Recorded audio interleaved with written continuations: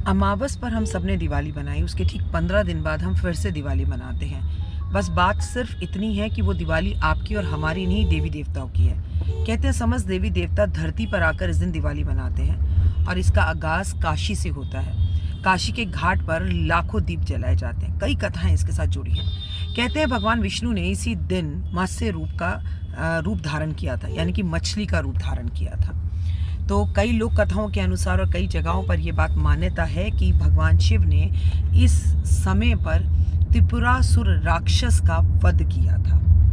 और ऐसा भी कहा जाता है कि इस दिन भगवान विष्णु योग निद्रा से सोकर उठते हैं और इस दिन हम गुरु नानक जी का जन्मदिन भी मनाते हैं, जिसे प्रकाश उत्सव कहा जाता है। ओए होए, अगर आपके घर में तुलसा जी पनपती नहीं है तो देव दिवाली वाले दिन आप तुलसी खरीद कर लाएं, या किसी 9 वर्ष की छोटी कन्या के हाथ से तुलसी खरीद कर अपने घर में उसका प्रवेश करवाएं। घर के मुख्य दरवाजे पर या बालकनी में या छत पर ज़रूर लगवाएं। सबसे बड़ी बात, देव दिवाली वाले दिन आपको ज़रूर शम्मी के पेड़ की पूजा करनी है।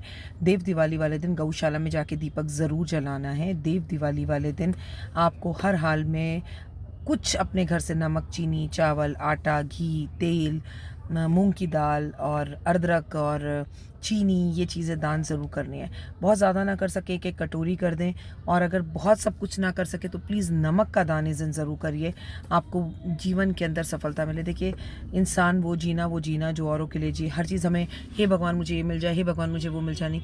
कुछ चीज़ें करिए जिससे मन को सुकून मिलेगा, अच्छा लगेगा किसी के लिए कुछ कर कर। आपको मालूम है ये शादियों का सीज़न है, किसी बच्ची की शादी हो रही है तो उसको कपड़े दे दीजिए, एक जोड़ी, उसको 5 बर्तन दे दीजिए, एक जोड़ी बिछुआ, एक जोड़ी पायल दे दीजिए। भगवान माता पार्वती पे, भगवान पर, शिव पर, और जिसे कहते हैं महालक्ष्मी पर चुन्नी अर्पण करना, तुलसी अर्पण करना, ये तो तमाम चीज़ें हम करते ही रहते हैं ना। हमने किया भी है चतुर्मास में तमाम चीज़ें, लेकिन इंसान के काम आए वो सबसे ज़्यादा ज़रूरी है। दुआएं इकट्ठी करें। अरे जेब में पैसे भी नहीं है, फ़ोन करके किसी को हंसी दिलवा दीजिए, किसी के चेहरे पर मुस्कुराहट ला दीजिए। मेरे कमेंट्स में जय माता दी लिख दीजिए, माता रानी की जयकारे लगवा दीजिए, कॉम्प्लीमेंट्स दीजिए। किसी को बस इतना बोल दिया, अरे दोस्त घबरा मत, मैं तेरे साथ हूँ, यू आर द बेस्ट। टूटे हुए को हिम्मत, हौसला दे दीजिए, बस बहुत है। जय माता दी। एक साथ देव दिवाली 5 नवंबर, और दिन की तारीख भी बड़ी ही खूबसूरत है, यानी कि 5 तारीख, जब कार्तिक मास संपूर्ण होता है, जब चतुर्मास संपूर्ण होता है। और इसके साथ साथ कई तरह की मान्यताएं हैं। सबके यहाँ पर देव दिवाली अलग अलग तरीके से मनाई जाती है, बट हाँ, ये बात बिल्कुल सही है कि देव दिवाली पर अगर आप पूजा पाठ, आराधना अर्चना करते हैं तो ये यकीनन है कि आपके ऊपर लक्ष्मी की अति कृपा होती है, देवी देवताओं की अति कृपा होती है। अरे भाई, अपनी दिवाली तो सब मनाते हैं, पर दिवाली तो वो दिवाली जो आप देवताओं के लिए बनाते हैं और देवताओं के साथ बनाते हैं, उस दिवाली का आनंद ही अलग है।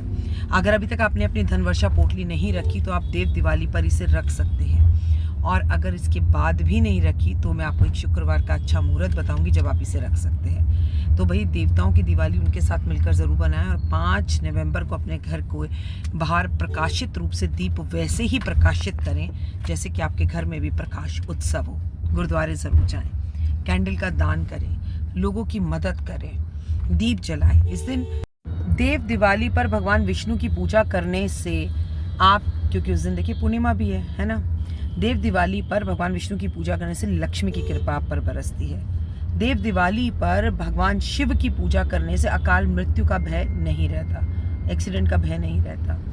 देव दिवाली पर तुलसी की पूजा करने से आपके जीवन के अंदर यश, नेम, फेम मिलता है आपको।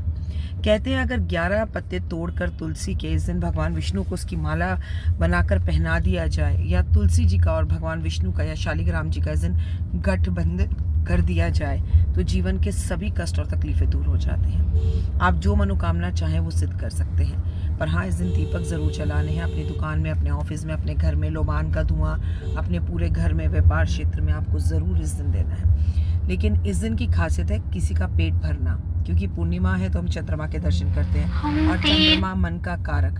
तो अगर आप चंद्रमा की पूजा इस दिन बहुत अच्छे से करते हैं तो इससे बेहतर कुछ भी नहीं है। कुंडली में चंद्रमा भी अच्छा हो जाता है, मनोकामनाएं भी पूर्ण होती है, और जीवन आपको आगे की तरफ एकदम पॉजिटिव रास्ते खोलता है।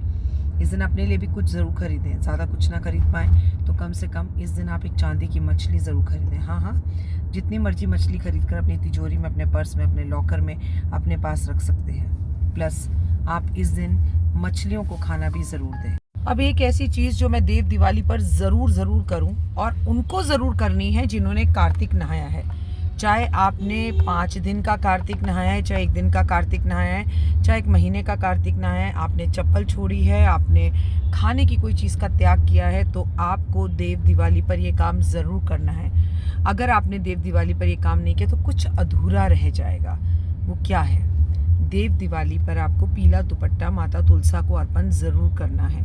अगर आप ऐसा करते हैं तो आपके कार्तिक का संपूर्ण फल मिलता है। और कैसे अर्पण करना है? ऐसे गए दुपट्टा उड़ा दिया अपने घर की तुलसा पर, सामाजिक तौर पे जो मंदिर बना है वहाँ की तुलसा पर, उससे कोई फ़र्क नहीं पड़ता कहीं भी। लेकिन आपको ये बोलना है, जाने में अनजाने में, गलती से, जानबूझकर, मुझसे कोई भी कार्तिक में अगर किसी का हृदय टूट गया है, पाप हो गया है, गलती हो गई है, तो माँ तुलसा मेरे को क्षमा करना, और मेरे इस दुपट्टे की जो आपको मैं भेंट दे रहा हूँ, इस भेंट के साथ मेरी उन सब गलतियों को क्षमा कर देना। जय माता।